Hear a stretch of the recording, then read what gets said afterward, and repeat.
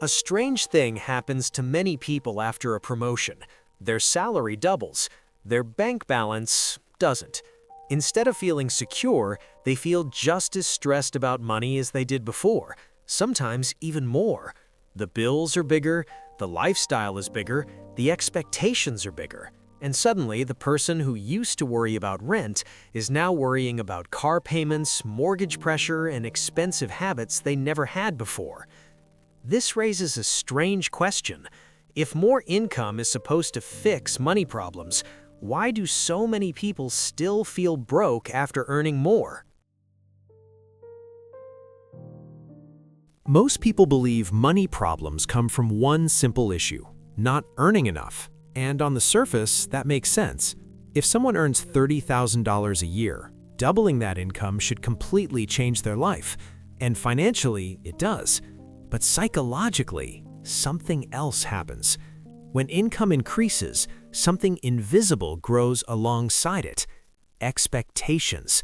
The brain begins to recalibrate what normal life looks like. A nicer apartment suddenly feels reasonable. A better car feels deserved.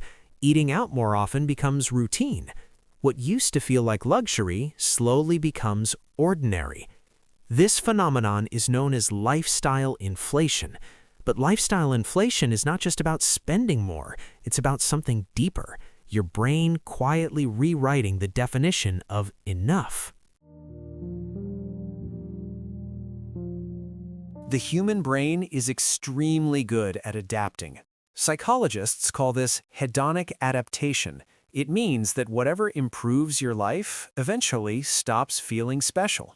The first time someone upgrades their apartment, it feels amazing. More space, better furniture, a nicer neighborhood.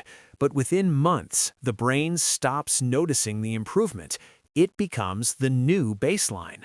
The same thing happens with new cars, better phones, luxury vacations, higher salaries.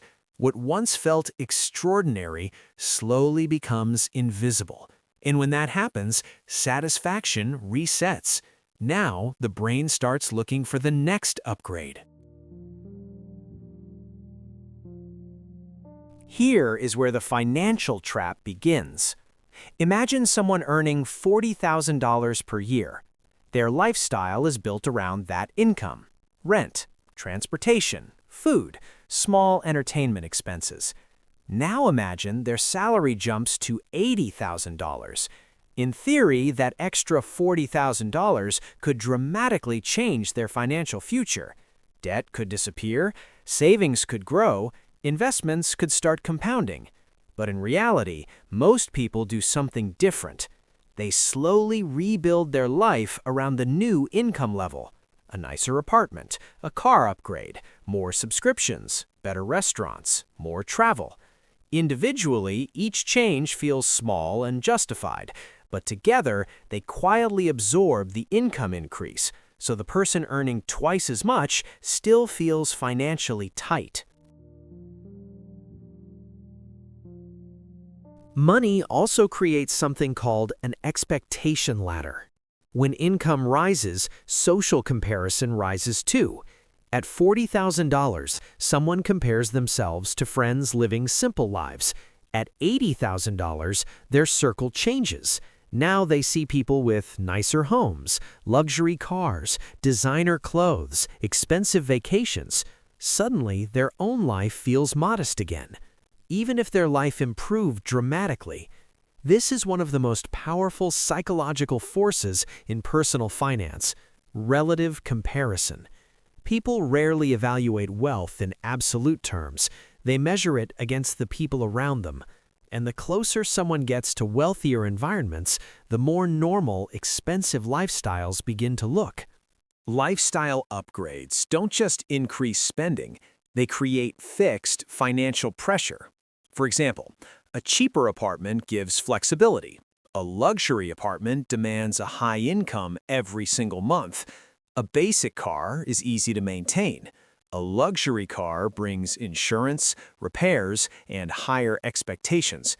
Each upgrade locks a person into higher financial commitments, and once those commitments exist, stepping backwards feels impossible. This is how people accidentally trap themselves inside their own income. There is also a subtle emotional element. When someone works hard to increase their income, they feel they deserve the reward, which is true, but reward often becomes justification. I worked hard, I deserve this. I finally make good money, why shouldn't I enjoy it?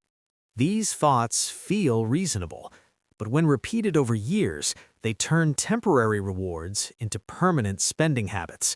The brain begins associating success with consumption. Earn more, spend more, repeat. The real tragedy of lifestyle inflation is invisible. It's not the spending itself, it's the lost time. Imagine two people whose income doubles. Person A upgrades their lifestyle immediately. Person B keeps most of their original lifestyle and invests the difference. Over 10 years, the financial gap between them becomes enormous, not because one person earned more, but because one person gave their money time to compound. Compound growth is slow at first, but powerful over long periods. Every dollar invested early becomes many dollars later. Every dollar spent early disappears forever. This is why people often feel trapped even with high incomes. Their lifestyle becomes expensive, their obligations grow, and their financial freedom stays far away. More income stops feeling like opportunity, it starts feeling like pressure. Pressure to maintain the lifestyle, pressure to keep earning, pressure to avoid slipping backwards. Ironically, this is the opposite of what higher income was supposed to provide: freedom. Instead of asking, how can I spend more as I earn more, a better question is, how long can I delay upgrading my lifestyle? The longer someone delays lifestyle inflation, the more powerful their financial foundation becomes. This doesn't mean never enjoying money. It means upgrading slowly and intentionally, not automatically. Every raise becomes an opportunity, not just for comfort, but for security, for flexibility, for freedom later. Many financially secure people follow a quiet rule. They increase their savings faster than their lifestyle. When income grows, they split the difference. Some goes toward enjoying life, the rest builds long-term wealth. This approach allows lifestyle to improve gradually without destroying financial progress. The key is controlling the speed of lifestyle inflation. Doubling your income does not automatically change your financial life, because money problems are rarely just about income. They are about behavior, about expectations, about how quickly the brain adapts to comfort. If income rises, but spending rises just as fast, nothing changes. But if income rises and lifestyle grows slowly, something powerful happens. Money begins to accumulate, options expand, pressure decreases, and over time, the person who once felt broke begins to experience something very different: financial breathing room. Not because they earned more, but because they learned how to keep more of what they earned.